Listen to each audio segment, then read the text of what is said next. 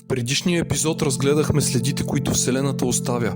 Кратки радиоимпулси, гигантски радиокръгове, междузвездни посетители и слабия вятър от черната дупка в центъра на Млечния път. Но понякога не търсим следа. Търсим рекорд. Къде е най-плътната възможна материя? Колко голяма може да стане една черна дупка? Колко бързо може да се върти звезден остатък? Колко бързо може да се движи цяла звезда? Колко масивна може да се роди звезда? И какво се случва, когато джет от активна галактика е насочен почти право към нас? Това са космическите рекордьори. Част от тези рекорди се променят с новите наблюдения. Но именно това прави темата интересна. Вселената постоянно ще кара да преместваме границата на възможното. Първият ни рекордьор е по-скоро научна възможност, отколкото сигурен открит обект. Кварковата звезда е хипотетичен тип свръхплътна звезда. Тя би могла да се появи, ако налягането в ядрото на звезден остатък стане толкова огромно, че неутроните започнат да губят обичайната си структура. Неутроните са изградени от кварки. При нормални условия кварките оставят заключени вътре в тях, но при крайна плътност физиците допускат, че материята може да премине в ново състояние – кваркова материя. Има един особено интересен кандидат. Компактният обект в остатък от свръхнова Хес J1731347, известен и като HMMU J173203.3445518. Той изглежда необичайно лек за неутронна звезда, около 3/4 от масата на Слънцето, но е събран в радиус приблизително 10 км. Това кара някои изследователи да предполагат, че може да не е обикновена неутронна звезда, а кваркова звезда или хибриден обект с кваркова материя в ядрото си. Все още нямаме окончателен отговор, но точно това прави този обект толкова важен. Той може да е прозорец към състояние на материята, което не можем да създадем трайно в нито една лаборатория на Земята. Не знаем дали кварковите звезди съществуват като отделен клас обекти, но този кандидат показва, че природата може би вече е оставила следа от тях. След това идва обект, който не е хипотеза. Тонс 618 е една от най-масивните известни черни дупки. Оценките за масата й са около 66 милиарда пъти масата на Слънцето. Трудно е да се осмисли такова число. Слънцето съдържа почти цялата маса на Слънчевата система, а Тон 618 е толкова масивна, че ако заменим Слънцето с нея, орбитите на планетите биха изглеждали почти незначителни в сравнение с мащаба на нейния хоризонт на събитията. Черната дупка сама по себе си не свети, свети материята около нея. Газът, който пада навътре, нагрява се до огромни температури и излъчва енергия. Тон 618 ни показва, че черните дупки не са просто остатъци от умрели звезди. Някои са централни чудовища на далечни галактики, обекти, чиято маса надхвърля въображението ни и които растат в продължение на милиарди години. Пулсарът PSR J17482446 AD е рекордьор по въртене. Той прави около 716 оборота в секунда.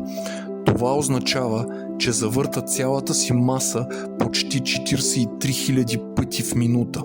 За сравнение, дори бърз кухненски блендер се върти значително по-бавно. Но пулсарът не е малък метален предмет.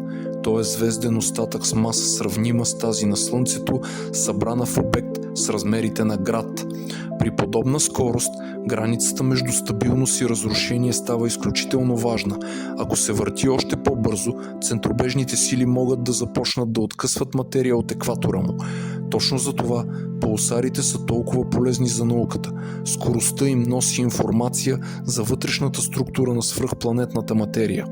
Понякога рекордът не е само зрелищен, понякога той е измервателен инструмент, който ни позволява да надникнем в условията, недостижими за всяка лаборатория на Земята.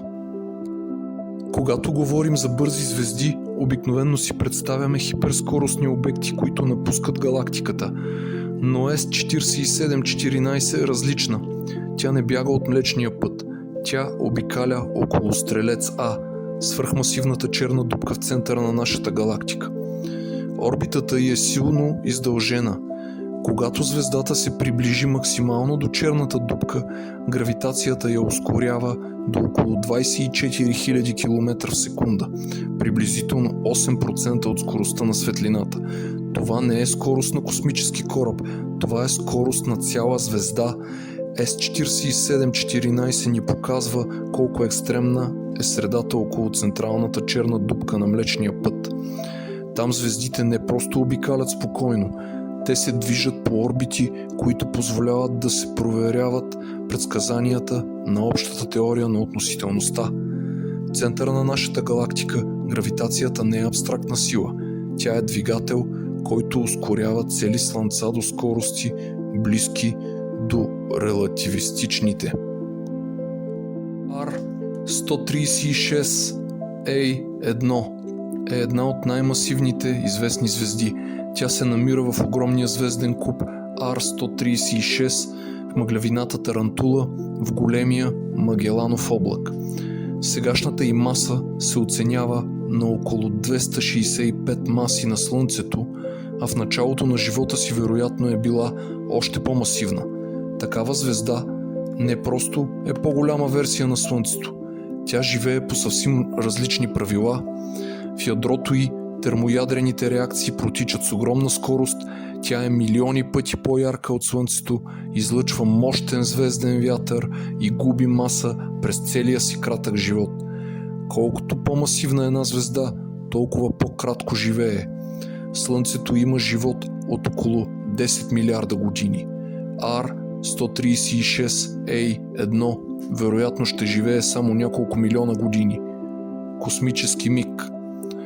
Това е един от парадоксите на звездната еволюция. Най-големите звезди не получават най-дълъг живот. Те изгарят горивото си най-бързо. Последният рекордьор е блазърът TXS 0506 плюс 056. Блазърите са активни галактики, в чието центрове свръхмасивни черни дупки поглъщат материя и изстрелват тесни джетове от частици почти със скоростта на светлината.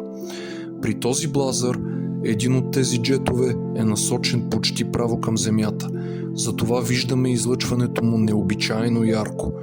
Това не означава непременно, че той е най-мощният обект във Вселената във всеки смисъл, но геометрията усилва светлината му, като космически прожектор, насочен към нас.